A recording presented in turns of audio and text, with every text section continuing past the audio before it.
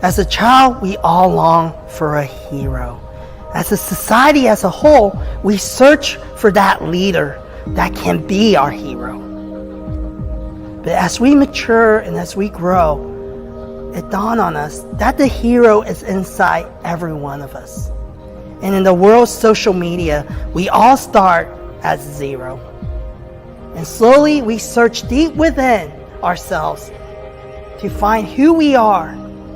And we have that moment of truth where we embrace that the hero that we've been searching for has been there all along. It is living deep inside of every one of us. And we start embracing that journey and we become that hero that we search for.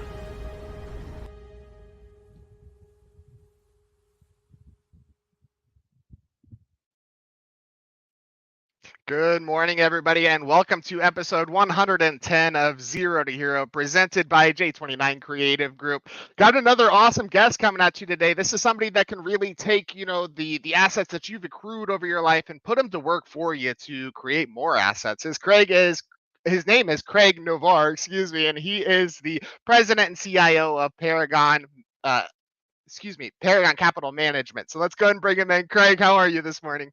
Great, Gino. I appreciate you having me on today. Oh, no, thank you for joining me. So tell me a little bit about what you guys do over there at Paragon Investment.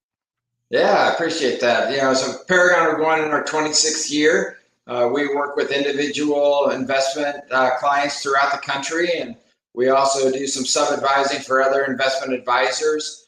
We kind of specialize, we kind of morphed over the years and just trying to grow depending on what our clients have needed. So we started out doing a lot of individual stocks and bonds and have kind of morphed now into a lot of very customized alternative investments, things that we think, listening to what our clients want and what our clients needed to be able to create investments that can help them achieve their goals.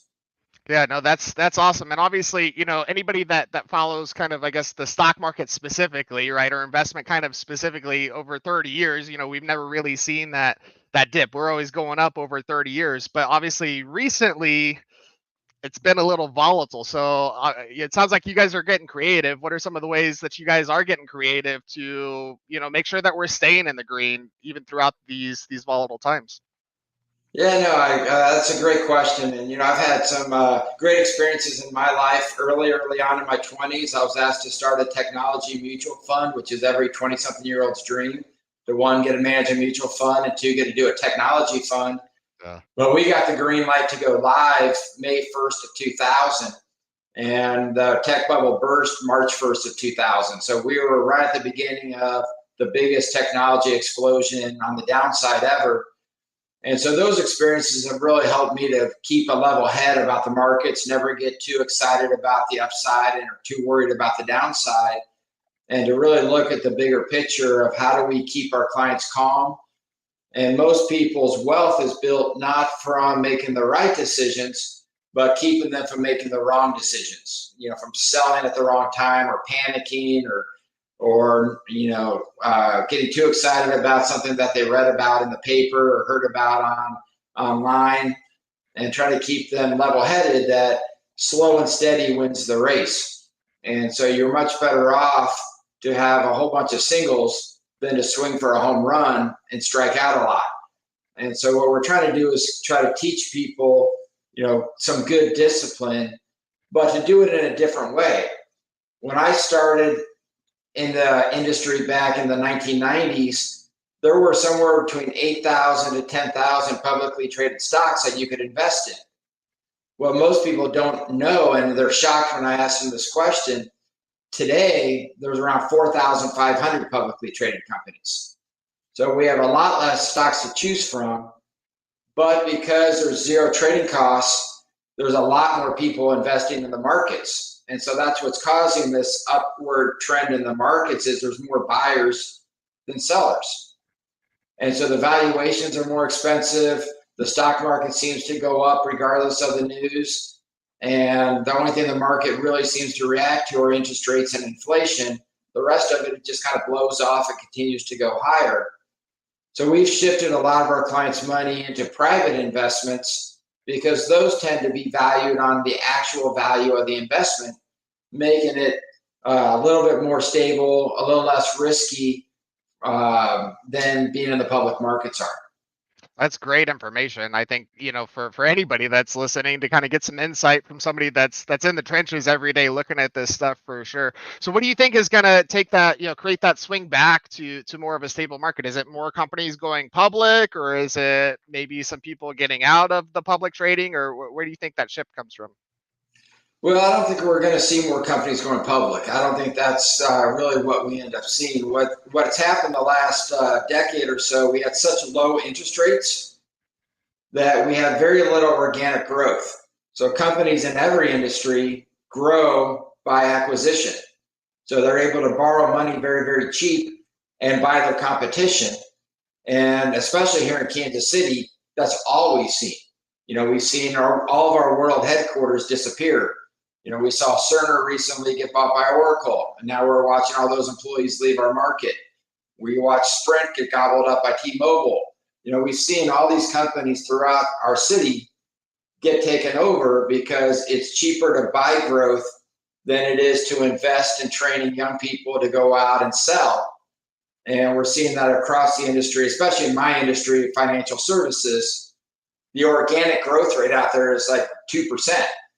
But all these companies are becoming bigger and bigger and bigger because there's a lot of people who started these businesses that are now in their 60s and 70s and are looking for retirement and to get out of their business, looking for a succession plan. And so they're selling their firms to these big aggregators. And we're seeing that in technology. We're seeing that in financial services. We just saw UMB buy Bank of Blue Valley. We're seeing this all over the city.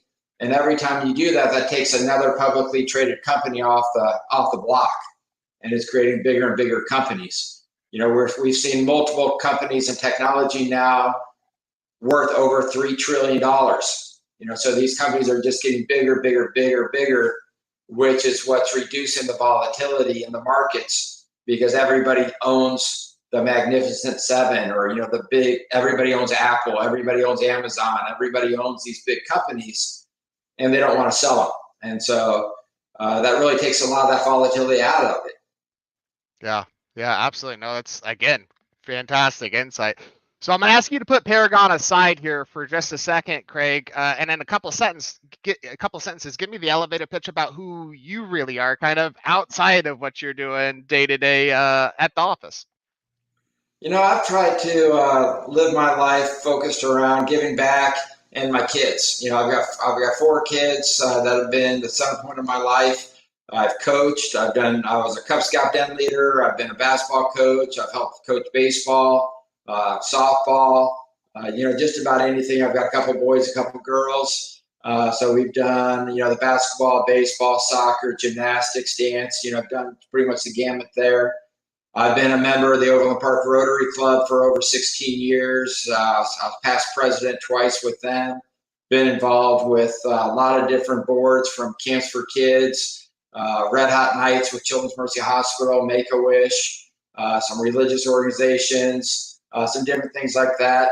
And so really, trying to give back to the community because I've gotten a lot out of it. And Kansas City's been great to my family for 4 generations. And so I really try to spend my time figuring out, ways that I can get involved in the community, give back. And that sets a great example for my kids of how they should live their life and thinking of others first. Yeah, absolutely. I think that's one of the main attributes that we get that describe what a hero is on this show is the willingness to give back and the empathy, right? And knowing that we're in a position that we can do those things. So I love that you brought that up before we even got to the question. That's fantastic, Craig. Now, obviously, you guys have been around. Paragon's been around, like you said, more than 20 years, right? So really at the beginning of social media, and kind of even before companies were utilizing social media to build trust and to drive sales and to do all things. So tell us a little bit about what that social media journey has been for you, starting up these pages, 0 likes, 0 follows, no content on it, to where you guys are at now. No, absolutely. It's been a journey and it's been a learning experience. I spent my first 10 years working at a bank, And so all that was done for you. You didn't, you just worried about managing money. And then I joined Paragon in 2006 as part of Howard Jacobson's succession plan to buy Paragon. And at that time, they had a website, but it was under construction, and they had no intention of ever building it out. And so we built our first website after I got there as a way, so when people heard about us and looked us up, there was something out there. And it was mostly our bios and some basic information, but not a whole lot to it. And we've had some different iterations of our website. We did a complete redesign in the last 2 years to revamp our whole website. But the really fun part was in the last 18 months or so, we launched a YouTube channel and we started making videos. And realizing that younger people aren't going to read white papers. Younger people aren't going to go to our website and read page after page after page about our investment philosophy and our investment style and our ideal client, and that they will watch a 5-minute video on something, especially if there's graphics, especially if it's something that is catches their eye.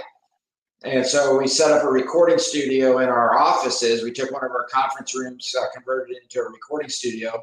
This is not it, but we recorded one in our office where we, create content, and we talk about some of those topics that people don't want to talk about, like what is the difference in a financial planner and a money manager? What is segmentation? What are different types of investments? We've done some fun ones. We've done some serious ones. We've done some market updates. But a lot of it is educational. And it got to the point where I was having a networking coffee with somebody last year, and we're at Panera, we're talking, and they said something to me that just resonated, that I'm not selling investments, I'm educating people on things. Yeah. And so I went back, and I'm huge on LinkedIn. I love LinkedIn. I post all my videos on LinkedIn. I like to post a lot of content on LinkedIn. And I changed my title from chief executive officer to chief education officer. And, I kind of view my role as, if I can educate people about a different way to look at investments, a different way to look at the markets, then they'll want to do business with us. I don't have to go out there and sell them that, my widget's better than your widget. It's a people industry, and people do business with people they trust. People do business with people they like the way they think. And so our goal is to create social media content that hopefully people resonates with people, and they want to reach out to us and see if we're a good fit for their investment goals. Yeah, no, I think you guys nailed it. I mean, that's how insightful of you to realize that 18 months ago, nobody's reading anything anymore. It seems like everybody is taking in either short form or long form content, right? And if it's entertaining and educational, we're definitely hitting the two biggest things there. I think, we can be educational without being entertaining, and people may watch it. If we're entertaining while we're educational, people will watch it, right? It's almost a guarantee on that. Yeah, absolutely. And you're letting people know who you are. I mean, I think that's the other big thing about it, right? Like you said, kind of throughout that, right? Where you're using it to build trust, kind of subconsciously almost, right? I mean, you're talking about what you know, but what that translates to is, I can trust Craig, right? As far as consumers are concerned, I think that's hugely important, especially in today's market. Absolutely. And I encourage people, when they are on social media, to be unique, be different. The hard part is, everything's an algorithm anymore on how many views you get seen. And so the more people that watch you, the more people that like it, the more people that comment, the more people that share, the more people that subscribe, those all affect how many people ultimately, get to see your content. And it really gets to be a battle for eyeballs, because there's so much content out there. And when you're trying to do something like what you're trying to do on your podcast, or what we're trying to do on our YouTube channel, which is educate people, whether it's on people in Kansas City or on something really unique or different, you're competing with people that are smashing themselves into a wall, or drinking alcoholic drinks, or eating fast food in their car. There's so much stuff that you're competing against that people would rather watch. It's hard to get people to watch something that's educational when they're just a lot of entertaining things out there to soak up your time. Yeah, the brain dead entertainment. That's out there for sure. The mindless scrolling. Everybody is. It's really funny, actually. I was just talking to my team last night. I was like, Facebook removed the watch option on the app, and I was like, are they trying to drive our age group to Instagram now? You know, it's like, because I was scrolling, I'm realizing like, oh man, I can't just like watch videos when I gotta click like 3 extra buttons now. So I'm like, man, is that, it's kind of interesting how these companies take hold and can kind of shift traffic where they want to go depending on what's going on in the world for sure. But I don't even know how we got there. Anyways, no, I love what you guys are doing. Like I said, the building the trust and putting it out there. And I think a lot of what people get scared of with that is the goofiness, right? And I hate it myself, right? I tell my team all the time, I do not like doing the show because I'm goofy, but hey, here we are, right? And people like it and people watch it, right? And it lets people know who we are. So put yourself out there. There's really nothing to be scared of. I think, we used to have this image of like, oh, it's on the internet, it's forever. And that is true to an extent, but what's not on the internet now, right? You can't do anything, it seems like, anymore without somebody posting about it.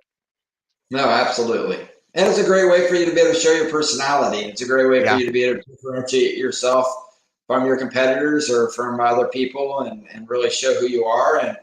And it's either going to resonate with people or it's not. Yep.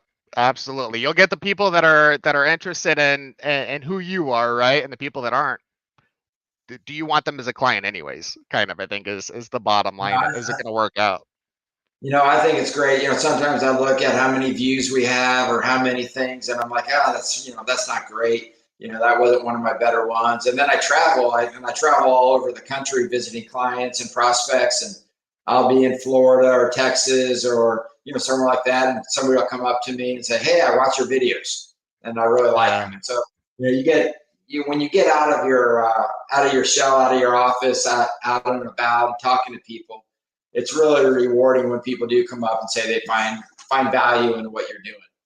Absolutely. Absolutely. You know what we find too, Craig? It's really interesting you bring that up. Very often, the people that are truly buyers of you won't like the video or comment on it, right? They're going to your website. I mean, they're interested. They want to find out more information. They're not going to waste time dropping a like or leaving a comment, right? Those kind of vanity metrics. They're going to go and convert into business, which is the beautiful thing about social media that you can't always see. It's that first initial spark that leads to action.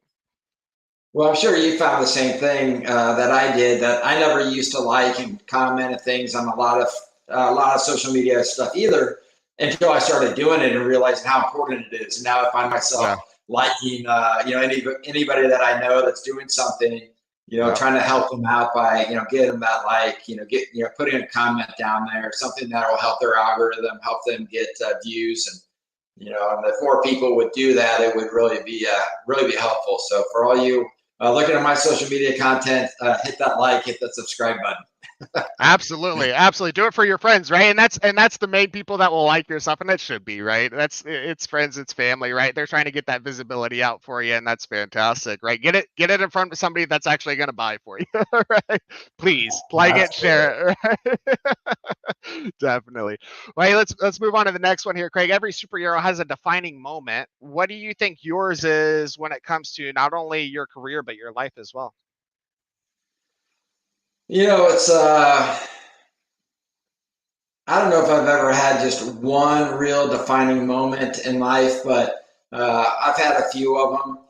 One of the things that I love to talk about, at first I was kind of embarrassed about it, but and then it became one of these things that I love to go around and talk about. My first one was when I was in college. I ended up flunking a class because I didn't take it very seriously and didn't do what I needed to do to really take it. I thought I could show up and pass like I did in high school, and it was kind of my first rude awakening to the real world. And what that experience did was it kind of closed a lot of doors to me because of my GPA, and it put a chip on my shoulder. And it made me want to compete harder against the people that in my industry, against people that were in the business school with me or whatnot. And I've tried to keep that throughout my life, to have that chip on my shoulder. It's what keeps my edge. It's what keeps me competitive. It's what has continued to make my firm grow. you hear football players or athletes talk about, manufacturing bulletin board material or things like that. So I always try to look for something out there that makes me feel like I've been, disadvantaged in some way, so that I'm, more eager to go out there and prove everybody wrong. And so that was one of the first ones I had where, people looked at my GPA and said, well, we're not even going to talk to you because you're obviously not smart enough to work here. And, so that was something that I go and lecture back at KU and some other colleges and talk to students. And I try to tell them, like, you're going to be competing against people that went to Ivy League colleges, that went to other places. And you can do just as well or better than any of them if you work hard. It's all about your work ethic from here on out, not what you did in the past. And you got to have that edge on your shoulder. You got to have that hunger, that desire to be the best. And, that's something that's really helped out a lot. And then as I've grown, through life, we've had a lot of medical issues in my family. My father passed away 10 years ago, way too early. I've got a brother who had leukemia and overcame a bone marrow transplant and has medical ramifications from that. And you look at all these things together, and it's not feel sorry for me or feel sorry for them. It's life is short. Yeah. And the takeaway from it is enjoy every day. You're not guaranteed tomorrow. And so spend time with work, spend time with your kids, spend time doing fun things. And one of the best quotes I ever read was from a good friend of mine who said, there's no such thing as work-life balance, it's work-life integration. My family doesn't stop from 8 a.m. to 5 p.m. and my company doesn't stop from 5 p.m. to 8 a.m. And so you find a way to do everything, whether it's taking some time off in the afternoon to go pick my kids up from school, or taking a break here to do something with my kids, and then responding to emails and client calls at 8 o'clock at night.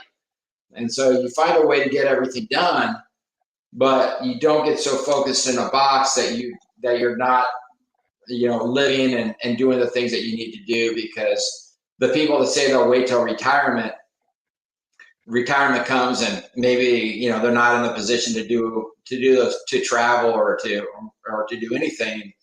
I think it's just really, really important to, stay focused on how short life is and how precious it is, and to take advantage of every moment that we have.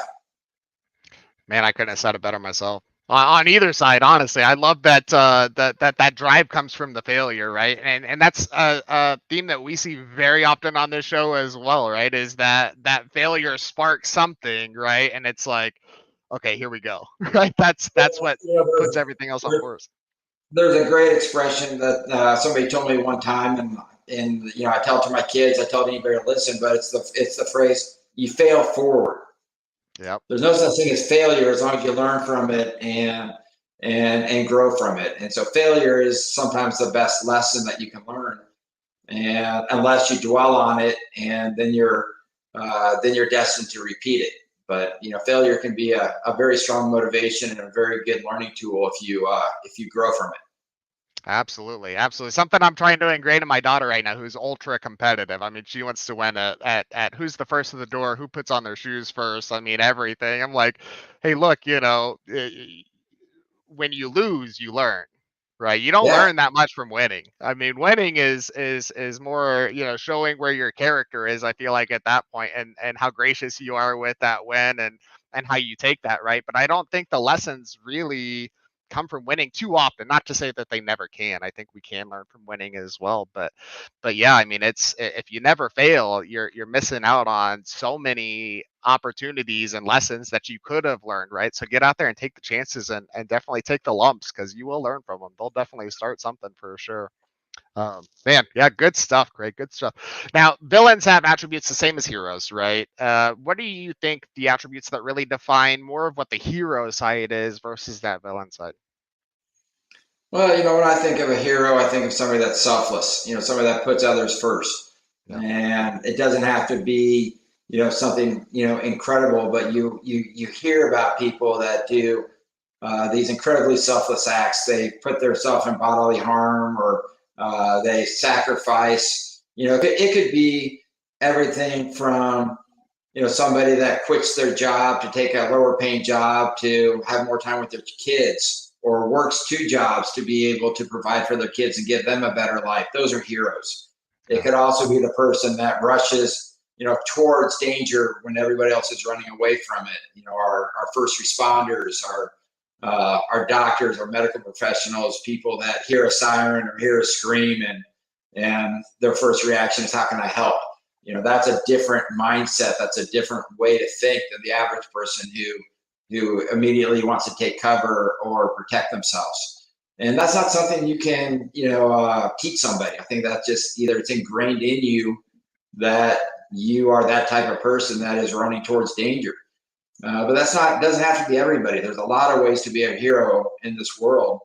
Sometimes it's as much as just, telling somebody to have a great day, or telling somebody something, giving somebody, maybe somebody's having a really, really, really bad day, and maybe they're, having negative thoughts, and you held the door for them, or you did something nice for them, and it changed their entire outlook on life. And so there's so many ways that you can be a hero that you don't have to, be looking for something supernatural, Yeah. which is, part of the theme of the show, the superhero part. But, I think the everyday heroes are the ones that do the little things that nobody notices. You're not doing it for the recognition. Here in Kansas City, you look at the Secret Santa that anonymously would go around giving away $100 bills or things like that. They weren't looking for recognition or fame or things like that. They did it for the right reasons, to help.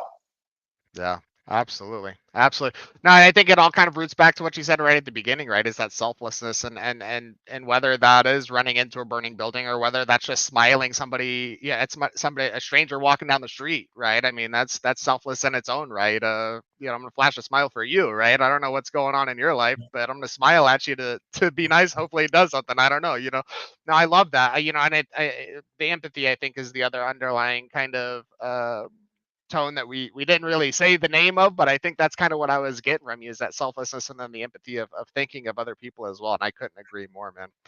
Now I'm going to put you Yeah. on the spot here with this last question, Craig. This is the one that kind of hangs up quite a few of our guests, because they don't like to compare themselves to superheroes very often, kind of what you alluded to with the last one. But if you had to pick a superhero that best relates to Craig Novorr, who would that be? And tell us a couple reasons why. Oh man, I don't even want to go even anywhere near touching this answer. I wouldn't compare anybody to myself, but I think if I were to look at a superhero that would be realistic to want to try to become, you look at something like almost like an Iron Man, because he didn't have actually supernatural powers. He was just an average person who had enough money he could retire, enough money he didn't have to get involved, but he chose to help people. He chose to use technology to better himself and to better society. And so in a way, whether it's trying to educate people through technology by using videos or YouTubes or things like that, trying to educate people to have more financial power for themselves by giving them some of the tools that they may not otherwise have, or trying to dispel some of the myths that are online that could be damaging. I think some of that is a good quality to have. But kind of what we're going back to before, that selflessness of what Tony Stark was, which was just a man who was in a suit and had no superpowers, but chose to publicly live his life as an example of helping others. Yeah, absolutely. And to go back to our earlier point with that too, I think it's even more powerful to mention that he becomes Iron Man because of a failure, right? I mean, he Yeah. was essentially a weapons dealer, right? He kind of was a villain at the beginning, right? And then realizes what he's doing, and then completely shifts his outlook and his mentality, right, on who he needs to be and where he's going. So Yeah, and you think about, he was also kind of a playboy and had all the money, but that didn't make him happy. And so it right. wasn't until he really started helping people and started, giving back, that really gives you that self-worth and satisfaction that you're looking for. And in life, once you start volunteering, once you start getting involved in the community, once you start giving back and doing things, whether it's coaching your kids or or just being there to support them or whatever, that's where you get the most satisfaction is, in those selfless acts. 100%. Couldn't have said it better. Craig Novorr, you've been absolutely awesome, man. Thank you for coming on the show. How can people get involved with you? How can they follow you? How can they track what you guys are doing? Yeah, very accessible. You can find me on Facebook, YouTube. You can find me on LinkedIn. ParagonCap.com is our website. You can reach us through that. Check us out at Paragon Cap on YouTube. We got a great channel with about 26 videos up right now on all kinds of different topics of investments. Find me on LinkedIn. Reach out that way. Follow us. We put a lot of great content out there, and I'm around town, so say hi if you see me. Yeah, absolutely. So Paragon Capital Management, pretty much everywhere. And then obviously, if you want to connect with Craig there on LinkedIn, just Craig Novorr is his name. Craig, thank you so much for coming on, man. You've been absolutely awesome. Yeah, I appreciate you, and look forward to watching all your future videos. Oh, thank you. Thank you. Everybody out there, have a great day. All right.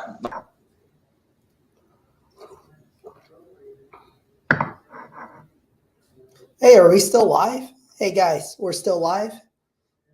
Hey guys, this is Kevin Kwok, founder of J29 Creative Group. So who are we? We're a marketing agency here in Kansas City. We're all about a holistic approach to marketing that builds your brand and nurtures online community. But to be honest with you, you guys don't care.